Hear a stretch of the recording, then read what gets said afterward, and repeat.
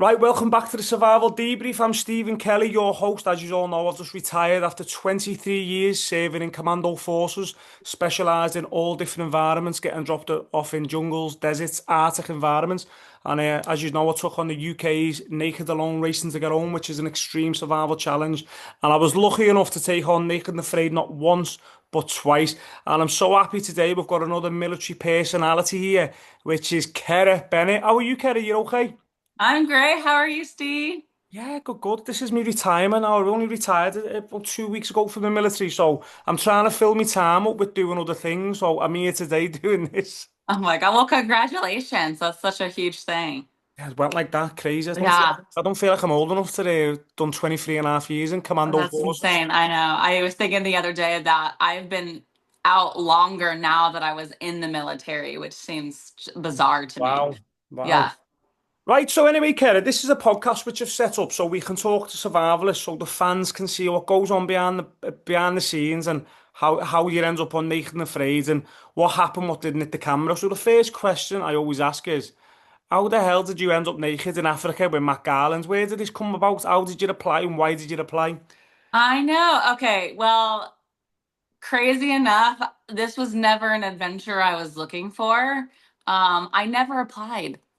Wow. Uh, Naked and Afraid scouted me. They found me on Instagram somehow. I have no idea how they found me. And they messaged me, Battle Beats messaged me, and I was like, what is this like scam? Like, what are these people like? Who are these people? And this is can't be real. And so I did some digging around, and sure enough, it was legit. And I was like, hmm.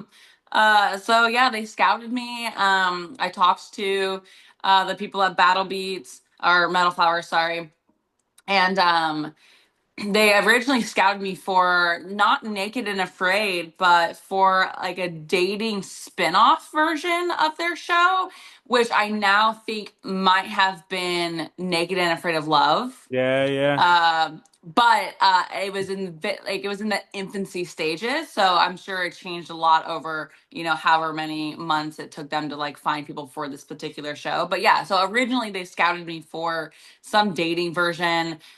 Went a really long ways. At the time, I had long dreadlocks, and they're like, "Hey, we really love you. Can you take your dreadlocks out?" I'm like, "No, I can't just I can't Yeah. just take my hair out."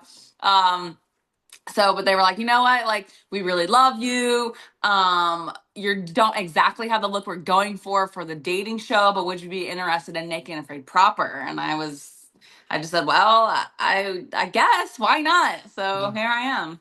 Wow. It's funny, right? So I actually applied for the show when it first came out. I watched it when EJ Snyder and it's not really, no one watches in the UK. There's not much of a fan base, but because of my job in the military as a SEER instructor, I wanted to know everything about survival, and this is what I specialised in. I was meant to actually go on a show back in 2014, 15. That's how long ago I was meant to do my first challenge. So it's funny when I think about it. I could have been done maybe 8 challenges in now, the same as Stephen, Matt, Jeff. But obviously, Yeah. at the time when I went through the whole process, I couldn't go. They wanted me to fly out to LA, and I had to go away with the military, and I lost my opportunity till 9 years later. So, but I, 9 years. Holy yeah, cow. 9 years later, and obviously I managed to go out there and take on Colombia with Sonny, my partner, and do the 21 days out there. But it's crazy. It's a crazy, crazy experience when you go out on your challenge, Kara. What's going through your head when there's a camera crew around you and you're stripping off naked? Yeah. You just think like, what in the hell did I get myself into? That was like my first thought. And it's funny because, I got there just a few seconds, like a few beats earlier than Matt did. They try to time it really well. Yeah, yeah. Um, and I'm standing there and I've got the camera crew on me and I've told this story a million times. Uh, and so Matt knows. I'm standing and then I see Matt coming down this berm. So he's at an incline to me, like an upward incline. And there's a big tree overhang over the game trail that he's walking down. So the only thing that I saw, first thing I ever saw was like his waist down. And he comes just like tromping down this hill. And I was like, and he just I just see all of his junk just like swinging back and Yeah. forth because that's all you could see coming down this hill. And I was like, oh my God, what did I get myself into? Yeah. Do you know what's good though, right? I've said it on a few podcasts now, how professional the crew are. Do you know after about 5 minutes, you forget you're naked. You're there to do a survival job. There's nothing sexual in it. You're there to just No, yeah. survival. And so is your partner as well. You forget you're naked after 5 minutes. And that's what's good about the crew and good about the challenge. You're going in it to test yourself. And Yeah. nudity's forgotten about after 5 minutes. I mean, they see so many naked people, it's like second nature to them. So Yeah. they're so used to it. Whereas all of us, if you're a first timer, you're like, oh my God, what in the world? And it's not normal, is it? Well, especially, well, it is normal in the military when you're drunk and you're getting naked at the bar and going a bit crazy. But it's not normal getting naked in front of a crew of people watching you, is it? And you're sober as No. well. You haven't even had a drink of beer and I'm taking my clothes off, throwing And in it's the so back of the truck. quiet. And everyone's Yeah, yeah. quiet. They're watching you like a zoo animal. Yeah. I'm talking about your challenge and your partner, Matt. Now, I was fortunate enough, I had a great partner, Sonny, and we became really good friends. Me and my wife actually flew out to Canada, stayed in her house with her husband and her kids, and we're going back out again this Christmas to go and stay with them. Did you create a good bond with Matt? Is he your brother for life, or did you get on them terms? Because I know when you done Castaways, I know you made good bonds with some of the team on there. What was it like with Matt? Matt was great. I mean, he was so helpful. He was so kind. I mean, he's just a sweet Southern boy from Arkansas. Yeah, we got along great. Yeah, he's great. He was so good. Oh, it's nice to see that, nice to hear that, because it's not nice when you're partners who don't get on, Right. and you And watch it. I think everyone's worried about that. Like, ooh, what kind of partner am I going to get out here? I got to be naked with this stranger for 21 days. Like, what if they're a complete nightmare? You Yeah, just don't know. And sometimes you get really lucky. Like, I got really lucky with Matt, but some people, I mean, aren't so lucky. yeah. And I was lucky on my apocalypse challenge as well. The team members I had on that, we had Wes, I had Miranda, I had Kel. Unfortunately, Miranda and Kel got medically tapped, but they were great partners to be with. So I've been fortunate. Two challenges I've done, I've had great partners. I always liked the time on your first challenge when because you were a vegetarian. Am I right in saying, or was you a vegetarian? Because I I remember you. was, yeah, I know. Yeah. I was a vegetarian for 7 years before going on my first challenge, and I had decided I was going to start eating a little bit of meat before the challenge, just in case. It's here's the deal: it's just not possible to survive in the wild as a vegetarian. I mean, true survival. Yes, you can sit there and waste away, and you can nibble on some leaves because at the end of the day you're going home at some point. But if you were in a true survival situation, you're not going to survive as a vegetarian out there. And so, I made the decision that I was going to take it very seriously, and I was going to start incorporating some meat back into my body just in case we did get some meat. What was it like, though? Do you know when you got that scorpion and you could see how emotionally upset you was taking out the scorpion? It was a big scorpion as well. What was it like doing that? How was you feeling? Yeah, so it was an emperor scorpion, and it was the Yeah. biggest scorpion I'd ever seen in my life. I mean, I didn't know scorpions could get this big. I've never seen a And bigger one than that. That was a it massive was scorpion. giant. It was so huge. I mean, it was the size of a freaking like crustacean. Yeah, Um, yeah, I had never intentionally taken the life of anything. Obviously I'll squish a bug here and there, but yeah, I just never purposefully killed anything for the purpose of killing it and eating it. And so I didn't have Matt around me. I had the crew around me, but they're basically invisible. yeah, So it was just me and the scorpion, and I was really struggling with um I knew that we needed some protein because it had been, a couple days by then, and I didn't even know how to do it, you yeah, know.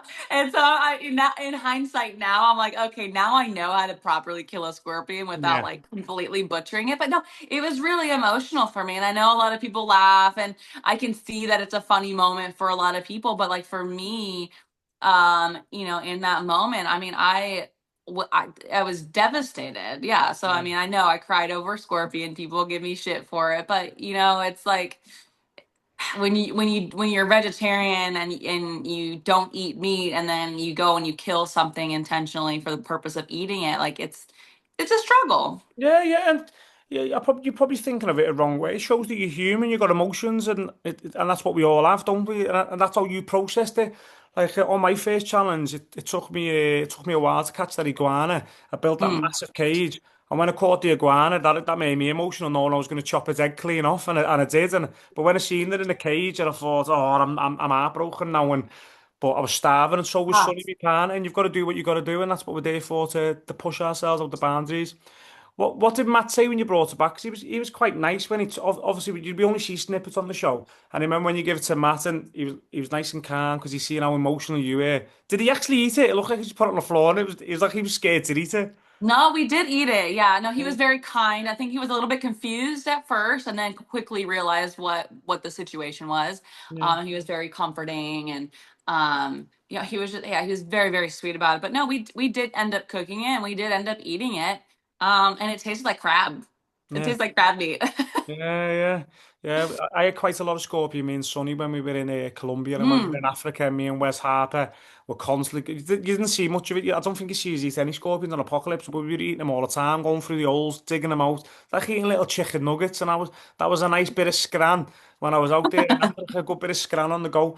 Uh, Talking about your challenge, though, Kerra, is there anything that you wish made the screen? Did you get any other foods? Was it as a struggle what it showed you, or were you just foraging stuff? Were you eating mapani? Were you eating stuff what it didn't show on telly, what you wish it did? Yeah, I mean, we did eat a little bit more food than they showed, which I think they always do that. Yeah, I think we did catch like seven little fish in like a mud puddle. Um, and that was really cool because we were basically like flushing them out. I mean, there was yeah, nothing in our area. It might as well have been freaking apocalypse. yeah, yeah, There was nothing, and so we had ventured out. They actually did show a scene of us like splashing around in this mud puddle, but that was like a couple days later. yeah. Um, and there was no more fish in there on in that particular scene. But because a few days prior we had already gotten all the fish that we could get out of that little pond. So but they weren't much, just and then so we in total I think we ate seven tiny little fish, a scorpion, and two snakes. Yeah. All right. It's it's sad though that they Small ones, can't show all. like little guys, yeah. All right, but it's sad though that the viewers can't see it all. But you got to remember, they can only fit 45 minutes, maybe a 2 hour special. If some episodes are 2 hours, but Yeah. maybe 45 minutes with adverts, they can only fit so much in there. And it's funny when the fans watch it and they think you're not doing that, and they're only seeing snippets of your challenge, and you're like, ah, I'm fucking trying everything out here. I'm doing everything you can think of to get food, make fire, get water. But they can only show you little snippets. But it'd be good if they could have it on rolling replay for 24 hours, a bit like Big Brother, just letting seeing what you're actually doing out there. Exactly. Yeah. Now, what was it like getting to the end of your challenge? How were you feeling? Obviously, you've done some tough stuff. You've been in the military. You've pushed yourself out your limits before Mm. serving in the military. What was that compared to your challenges? What did it feel like getting to the end of your challenge? So, so Africa in Zambia was really during the night times were the most difficult because it actually got down to like the low 40s, 50s. So at nighttime, it was very, very cold. So at nighttime, it was in the 40s, and I didn't sleep for 21 days. I like at all. If I did get any sleep, it was a little bit during the day, but at one point I ended up just basically um just zombieing out. Like I lost my personality, like I was just flatlined. Yeah, And I was just existing at that point. Like there was no, I was just existing because that's how tired I was. And it's really important. You really don't understand how important sleep is until you're not sleeping for multiple consecutive. I mean, when I say I didn't sleep for 21 days, I'm not exaggerating. I did not sleep for 21 days. Um, and so that was really the hardest part, and just flatlining. And so by the time I was ending my challenge, I was so weak, like physically and mentally, that I was just kind of like in I was tunnel visioned. Yeah, So like exiting, I was just tunnel vision. I was like, I got to get out of here. I was just basically doing the bare minimum to survive at that point. yeah. It's quite funny when you talk about Africa because the temperature does drop. It gets cold at night, doesn't it? Really cold. And when we were in the apocalypse, Miranda and when Kel made with us, they struggled at night with the cold. I was lucky enough. As soon as I closed my eyes, I'd wake up in the morning. Didn't even put no wood on the fire. I'd wake That was up and mad. yeah, I was knocked out. I was knocked out, and I'd wake up and I'd go, "What? The crew here?" I'd have a full night's sleep, and you'd see Miranda and Dave still freezing. I've been like that all night in the corner of the shelter, and so I'm quite fortunate. I could probably sleep. Wow. You could put me in a nice lake, and I'd still probably fall asleep in there. But I was quite fortunate on that challenge. I had a good night's sleep every night, and the same as when we were in Colombia. Me and Sonny, she struggled with the colds, and as soon as I Hmm. put my head down, it was like I was in a time machine, like blinked, and it's like in the morning, I'm cracking on again, going out for my day. So I'm That's quite a talent. yeah, I don't know, it is a talent That's that. a talent. Holy cow. I would have been Yeah. so mad. I was mad at Matt because I would be struggling, sleep, like it's cold. He'd be over there snoring. Yeah. I'm like, what in the world? Yeah. Yeah. Oh my goodness. So there's a shout out to Keller Miranda when you was with me. He's kept that fire going every night. I didn't even know what was going on. I'd close my eyes and wake up in the morning going, is that it? Is that the night done? Couple of lions trying to attack us and that's it. I'm happy with that. But anyway, you smashed that challenge, Kerry. You and Matt done absolutely amazing and it was great to see. And I'm always rooting for the military personnel. I remember watching that. I was like, ah, good effort. Then you get invited back to Castaways. What's going through your mind? Are you buzzing? Are you? You're happy? Castaways is a lot of fun. Yeah. I loved the spin-offs. Yeah. You know, like, okay, I did a 21 day. I get it. I can survive this. Honestly, like all it is mind over matter. You know you're gonna get out of there at some point. Like the hardest thing about these challenges is the you have to have mental fortitude. Yeah. Um, and so if you're not mentally there, it's gonna be really hard for some people. But for me, it's like, okay, I did a 21 day. I know I can do that again. Too easy. Yeah. I want something different. And if I'm gonna come back, I want it to be something different and unique. And then they offered up Castaways, and I was like, hell yeah, let's do that. It's totally different. It's not been done before. It's a whole season. You get to see a lot more of what's going on, and it's a group dynamic. So there's a lot more people, there's a lot more personalities, there's like more storylines. And so, yeah, I was thrilled to do Castaways. Now, talking about your two environments, Castaways, you're on an island, a tropical island, then you were in Africa. What was your worst, hardest challenge, environment-wise? Environment wise, hardest was probably Africa because the resources were limited. It was very cold at night. Um, and our yeah, so kind of just environmentally Africa was harder. On Castaways it was harder in its own ways because we didn't have any tools, so you had to be innovative and think Yeah, about, okay, what tools can I use to get a fire? What tools can I use to create a weapon? And for me, that felt more of like a true survival situation because if I'm, God forbid, stranded somewhere, I'm going to use the things that I find washed ashore or like in the jungle or wherever I'm at. Um, because it's why not? Why wouldn't you? yeah, So I loved that concept. it was a cool concept, but it's funny when we talk about environments and how people perceive and what challenge they find harder. Whereas Africa, I didn't mind it. It didn't bother me. The only thing that bothered me was the thorns in the floor. That was the only thing that bothered me, and I didn't train my feet enough, and so I had to make shoes when I got there. Whereas I've been fortunate enough, I've operated in loads of different jungles in my career, but taking my clothes off my back, I've got an old blood group, and every insect wants to eat me, and I was like scales, and that's what was a mind game for me every day. I'm like just getting eaten, Mhm. and I'm looking at the producer, and they're asking me, "You okay?" I'm like that. Yeah, I'm sound. I'm good to go. Inside my brain, I was crying. I was crying, but nothing was showing. I'm like, yeah, I'm good.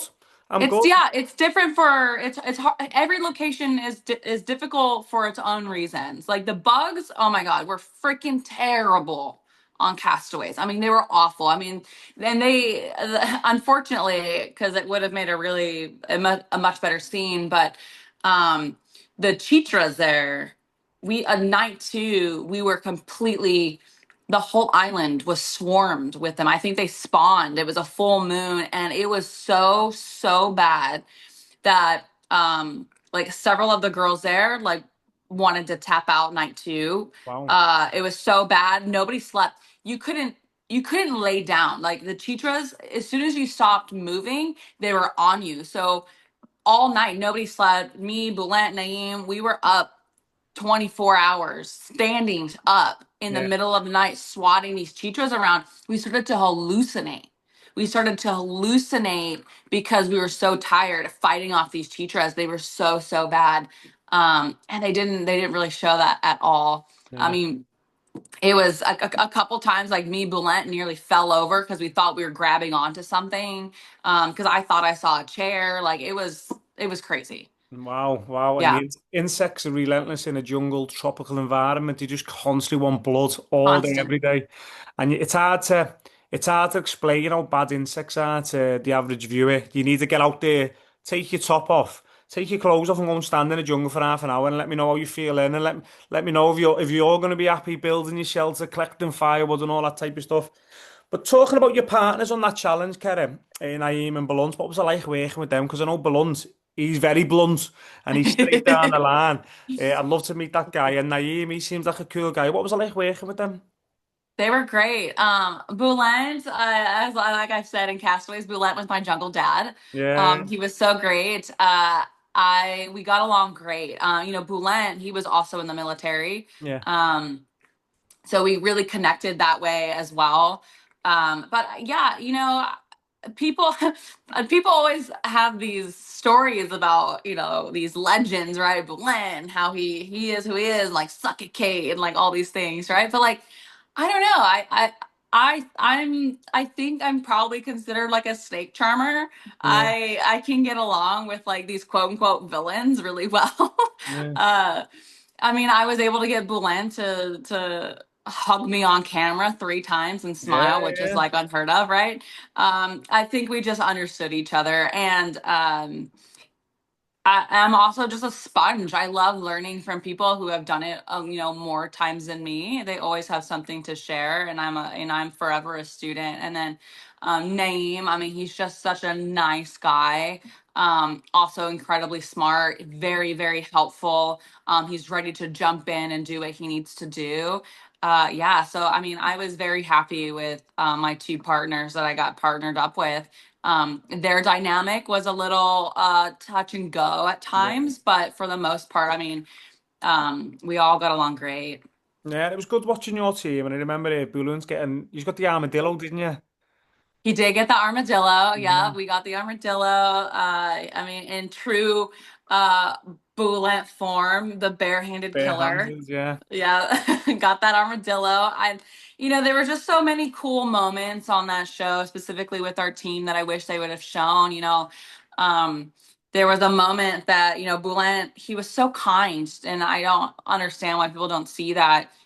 He brought down the armadillo and it was dead, and I was getting really emotional about it. It's the first thing that we had eaten. I mean, we were the first team to get food. Yeah. Um, and so uh, they were Boulet and Naeem where they were about to go process, this armadillo, and I asked if I could just have a few moments with this armadillo. And he said absolutely. And so he handed me the armadillo. I went and had a few moments with this armadillo, and I thanked it for its life. And you know, I set it down on a big rock where they processed it. And when I went back up to our shelter area, um, both Boulen and Naeem got up and they both gave me a group hug. They both hugged me, and it was just the sweetest moment. And they don't show those on Naked and Afraid, unfortunately. Yeah, Oh, it's just they only great. want to show the drama, don't they? Or the The drama, crazy stuff. yeah. Yeah. And I It's wish they quite would have. sad. I wish they would show the loving parts because it's just such good character development. I'm like, come on, Yeah. and there were moments like that throughout the challenge. There was another moment with Boulant. They're resting, and Naeem had created this really cool trap where he was able to trap all these river prawns, and they're relaxing, and I'm like, you know what, I'm gonna do my part. I'm gonna get up and I'm gonna skewer these prawns and I'm gonna like cook them. And again, this is me, Kara, who cries over scorpion, and so here I am, like skewering these prawns live, and I start crying. And I look over at Boulain and I say, Boulain, can you help me? And without a word, I mean, he just gets up and comes over. He shows me what he goes, skewer it like this. This is going to be the best way to do it. And then when we were done, he just looks over at me and he says, I'm really proud of you. And it was just the sweetest thing. And I'm like, it was so great. Well, it's good hearing these stories, and I think people watching this who are a fan of the show, I'm a fan of the show first and foremost, and it's good hearing these background stories because I like, I know I might be a typical man and a typical soldier who's always straight down the line and got a mission to do, but I'm still a bit soft on the inside, so I like hearing all these stories. I like seeing people win and get along. I don't like seeing people not get on, so it's good hearing all these little stories. Now, when you all merged together, how did the group dynamics change? What was it like? Yeah. So obviously, Naeem and I, we went our own way. We met up with Yeah. Justin and Rachel. Um, and then poor Rachel, her knee ended up breaking, or it was broke by the time we got there. So she was med tapped, essentially. Well, she was, yeah. Anyways, Yeah. she was med tapped essentially, and then Justin was obviously med tapped, which absolutely broke my heart. I mean, Justin and Yeah. I got really close out there because he's also in the military, and um, we just got along so well, and he and I are still close friends to this day. Every time I go out to Texas, I see him.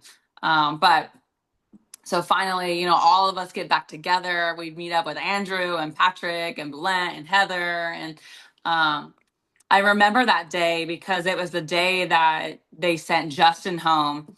And it was just me and Naeem on the beach. And we were so down. I mean, we were so down. The morale was down. It was just the two of us. And I'm like, it can't be just the two of us. I'm like, where is everybody? Boulan was supposed to come meet us over at the other campsite. He never showed up. And I was like, is he even here?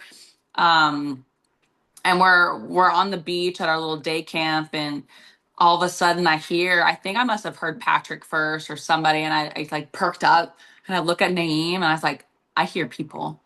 And they come down this cliff. I mean, it was a freaking cliff. And I see them and they see me. And the first person I saw was Andrew. Mm. And I just booked it. I mean, I ran across that beach. I threw myself into Andrew's arms. I'm sobbing. We're both sobbing. It was just the most beautiful reunion. And it's just overcome with so much emotion because I had just lost, Justin, who I cared about immensely. And now I'm gaining all of these beautiful people into our little tribe. And it was just a really emotional day in general. It was good watching your bond with Justin. I remember seeing that in here. I remember him, I can't remember, was it heat stroke and you had him in the water and you're trying to look after him and cool him down. And The I was, baptism. yeah, you were trying to cool him down and he seems like a good guy. And it's funny watching you two have banter across social media. He seems like just a typical lad who's up for a joke and a bit of banter. And I'd love to hopefully get him on the podcast one day or get out and do a challenge with him because he's my type of guy to hang around with. But what was it feeling like when you lost him as a partner? How bad was It was, it? I mean, it was very, very hard. I mean, I didn't want to continue doing that challenge without him. Yeah, And the thing is like I had spent so much time taking care of him, um, that I kind of forgot to take care of myself. yeah, You know, what they didn't really show, I don't know if they show this or not, but like on the day that I left Flying Armadillo, I stepped on a freaking ember, which is like the worst nightmare you yeah. They could did possibly show think that. of Yeah, doing. Yeah. So I had a hole in the bottom of my foot through that entire migration and through that entire process of taking care of him. And so I needed to keep him in the game. And so I didn't really pay attention to my own injuries. And so when he left, my body kind of just like, okay, you need to chill out and you need to take care of it. I was exhausted. I could barely walk. Like I had a hole in the bottom of my mm, foot for that, basically most of that challenge. And so, um, yeah, it was very, very hard to say goodbye to him. I did not want to say goodbye. Um, but he's like, you're gonna win this thing. You're gonna get out of here. He had said, um, they ask you kind of a little bit, what kind of food do you want when you get out of here? Like, what can we provide for you? And the first thing he wanted to do was eat cupcakes and drink coffee. And so I told him, I was like, when I get out of here, the first thing I'm doing is having a cup of coffee and eating a cupcake for you. And I did. Yeah. Oh, that's nice. That's good to hear that. And obviously, you get to the end of the challenge. You smashed it. You done well. This is your second challenge, ticking the box. How did it feel getting out of that challenge on a castaway, doing something that no one's done before with no items? Yeah, it was just so good. It was so much fun. Um, it was just to be innovative, to find like these little treasures and like make them work for you. And in Apocalypse, I mean, it's Yeah, kind of the same concept. Like you guys could find these things and use. And actually, a lot of times when I was watching Apocalypse, I'm like, damn, they are lucky. I was a little jealous of all the like yeah, cool items that you guys were able to find and source because like I was like, man, if I could have had something like that on that challenge, that would have been made my life so much easier. But yeah, just being innovative and really just kind of getting down to your roots. And you're like, what can I do to survive? What items can I find? How yeah, can I reuse items? Um, and honestly, it really woke us up to the amount of trash that gets washed ashore on islands. I mean, we couldn't believe the things that we were finding. And I know a lot of people want to say, oh, these things were planted, blah, blah, blah. I can tell you without a doubt things were not planted. Like the yeah. things that we found were real. Like we found toothbrushes and we found barrels and all kinds of trash and these glass bottles and these containers. I mean, we found all kinds of stuff.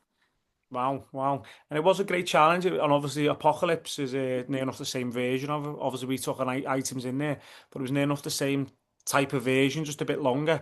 And it was good seeing the two dynamics in a jungle environment, and then there's a desolate, drier environment. So it was good seeing the Apocalypse try and copy Yeah. off Castaways. And It's quite cool. and I like to say, like, even if something was planted by production, they didn't tell us if it was or Yeah, not, and you still have to find those things. It's not yeah, like they're just like out in the open where you're like, oh look, that's where's you know what I mean? Like the production very much makes you work yeah. for your resources out there. Yeah.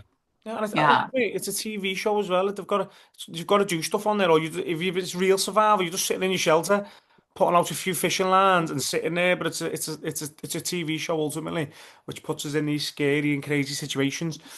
But here's my last question. I'm going to ask you, right, Kara, is if you got invited back, would you take the opportunity?